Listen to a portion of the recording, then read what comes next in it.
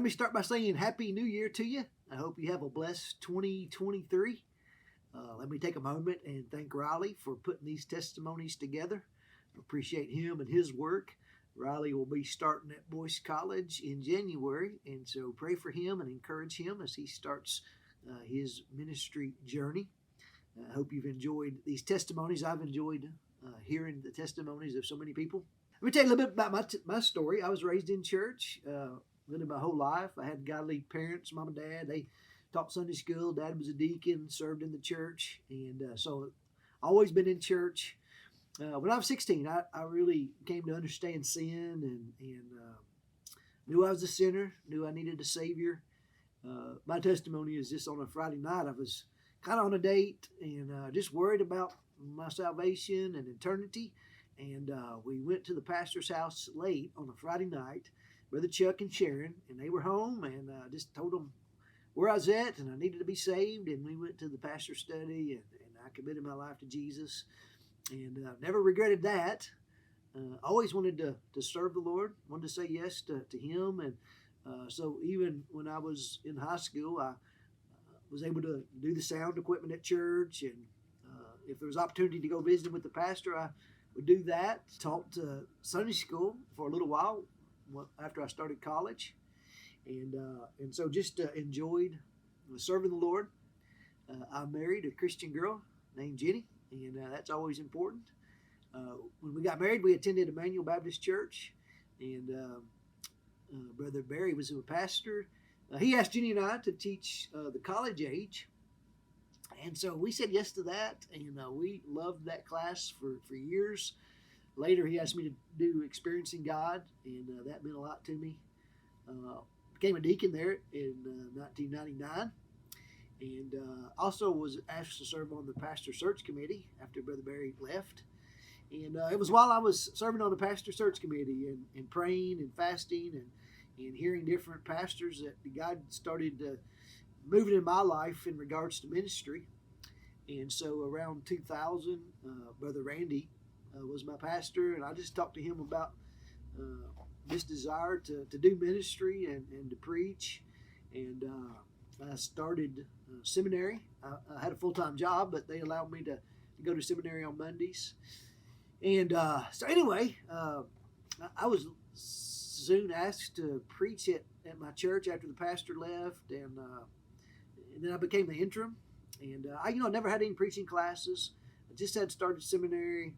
I had a full-time job. Didn't really know what I was doing, but the Lord was faithful, week in and week out, and so they asked me to be their pastor, and it was a good-sized church, and I had no experience, and but as I prayed through that, I just felt like the Lord would provide, and so I became the pastor of Emmanuel Baptist Church, and I think I was 29 maybe, and was able to pastor that church for 11 years, and the Lord just blessed and provided. The people were patient and encouraging.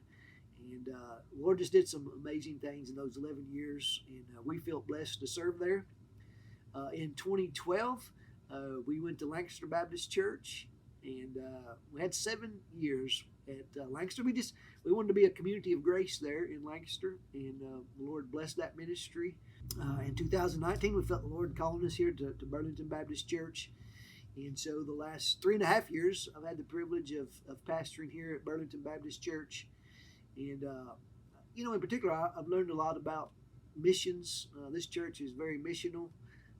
Lots of folks always willing to go and serve others. Last few years, they've done that in Western Kentucky and Eastern Kentucky, and support church plants, give to do ministry locally.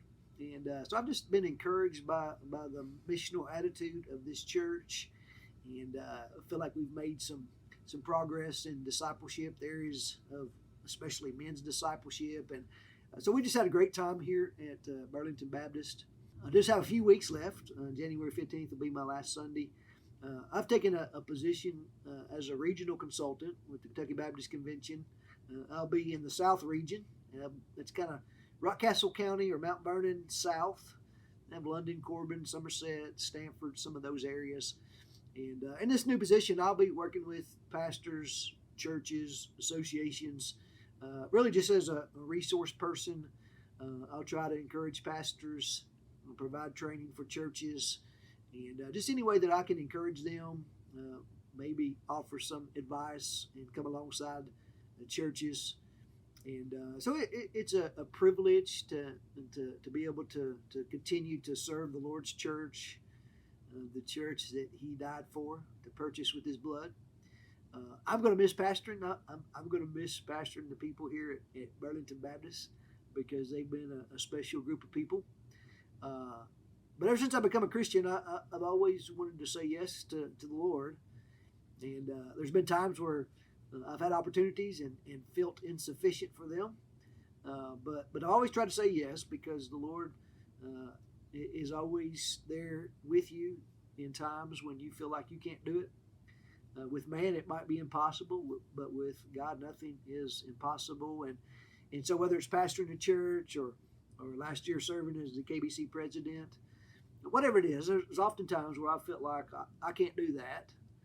But God always reminds me that with Him, that I can do those things.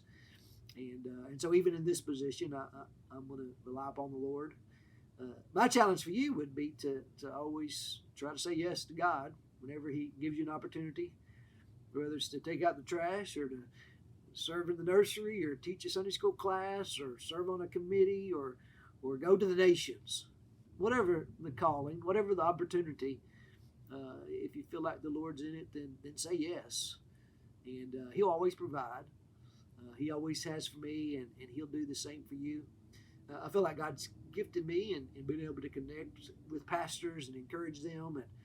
And so I'm looking forward to this new position in Southern Kentucky.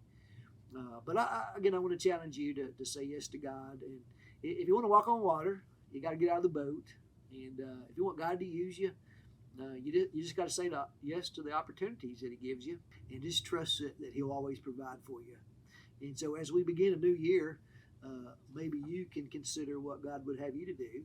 And again, you might not feel sufficient for it, but with God, all things are possible. And I would encourage you to always be willing to go on an adventure with the Lord, because it's always worth it, and you always come to know Him a little bit better, and you'll always be glad you did. And so have a blessed 2023, and just want to say again how thankful I am for the privilege of serving as the pastor here the last 3.5 years at Burlington Baptist. Thank you.